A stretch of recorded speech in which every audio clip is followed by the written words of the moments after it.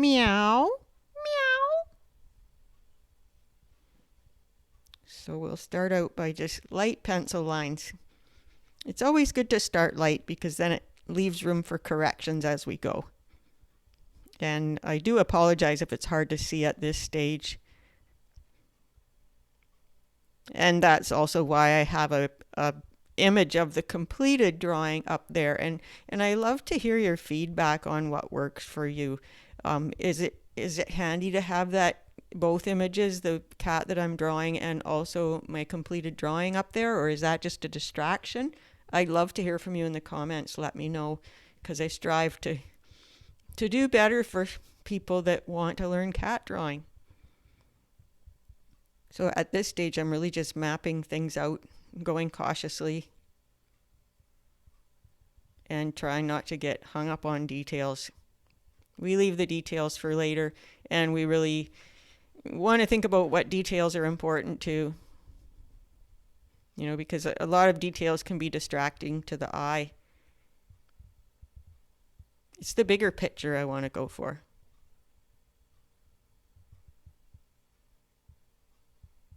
So you can see when I really slow down that, I'm going through a whole thought process, like where do I want to go next?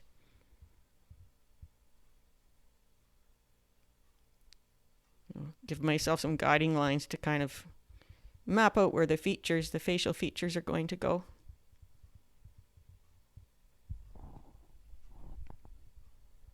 And I love to hear about your cat too. How many cats do you have? What's your cat's name? Where in the world are you? It's really cool to learn about all the different places that people are watching from.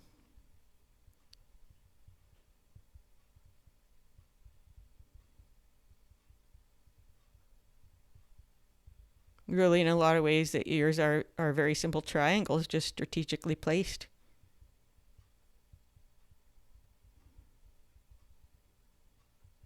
And then some lines that kind of help me place the features.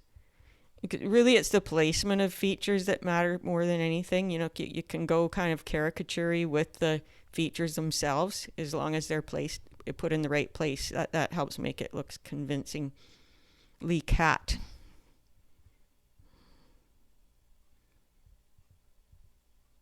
Convincingly cat is what we want.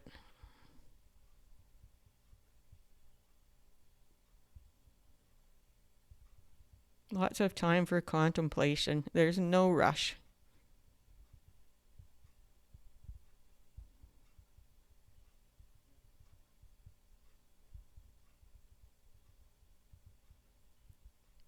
And there's a reason they make erasers too.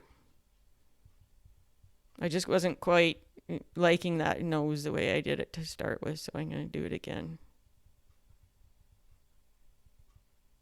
Nothing is perfect. Don't ever expect it to be perfect. Every time you try to correct every little mistake, you take away from that beautiful impressionistic and expressionistic look. So I just kind of like to let my cats become what they are. I don't usually worry too much about making it look like that exact same cat. But the less I try to make it look like that exact same cat, the more it actually does. So I guess what I'm doing is I'm allowing room for my intuition to come in and work, because I'm not bogging it up with worrying about how things should be.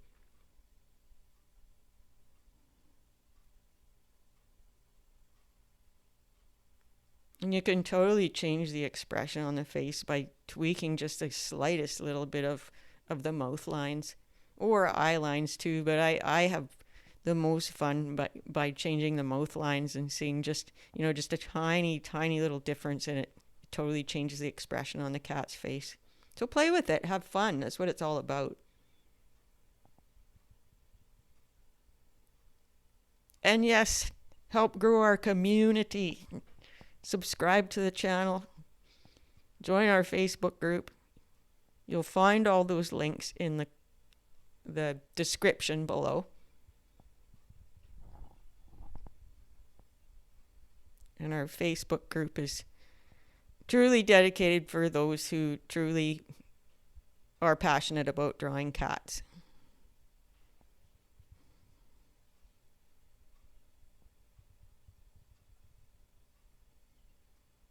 Always appreciate new members. I like that little smile. It's kind of a gentle smile. Be just a few tweaks of a line to turn it devious.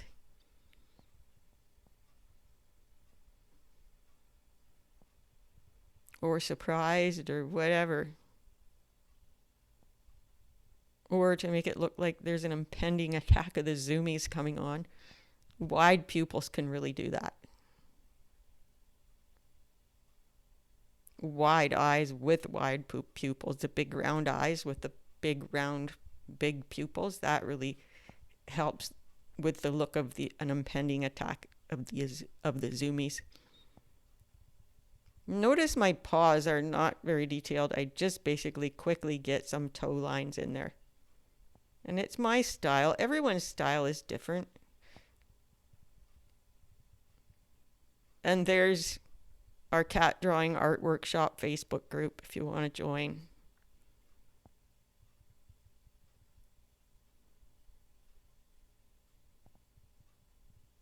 You notice I don't draw fur, I just draw subtle suggestions of fur. You know, when I put the tabby markings in, they give subtle suggestions of fur, and you can make those in other places too. When you're looking at a cat, especially if the cat looks this small in your line of vision, you sure don't see every hair. I am more into drawing the hairdo than anything. You know, even on a fluffy cat, like a long-haired cat, it's really the shape of the do, the hairdo.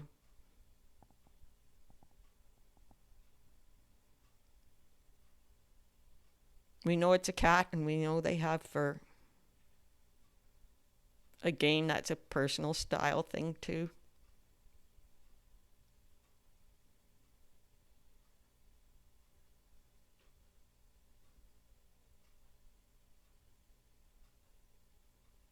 Just a bit of suggestion of tabby stripes on the legs. It also ends up being wiggle lines too. It adds movement to the drawing, gives it some character.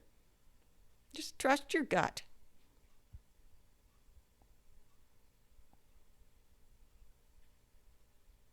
It's your art.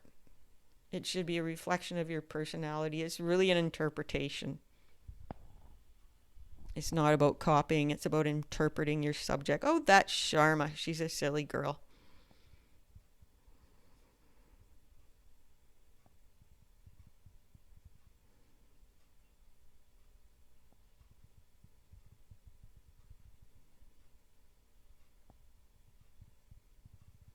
Yeah, I ended up putting too much fluff on this tail and thought I'd better start again. You notice the tail underneath is really sleek, and then on top it looks a little bit fluffier. So, you know, that helps to go towards convincingly cat tail.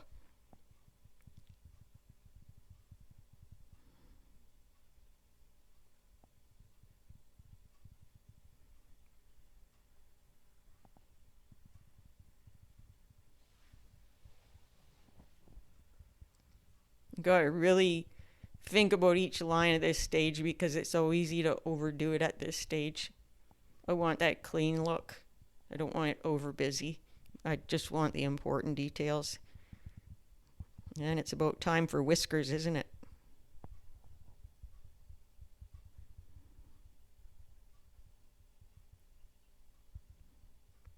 Contemplating. I like the whiskers to kind of fit with the flow of the drawing, so I really contemplate before I put them down. You know, whiskers are another thing that can really change the expression. But thank you so much for watching, and I hope you give it a try yourself, and I'll see you next time.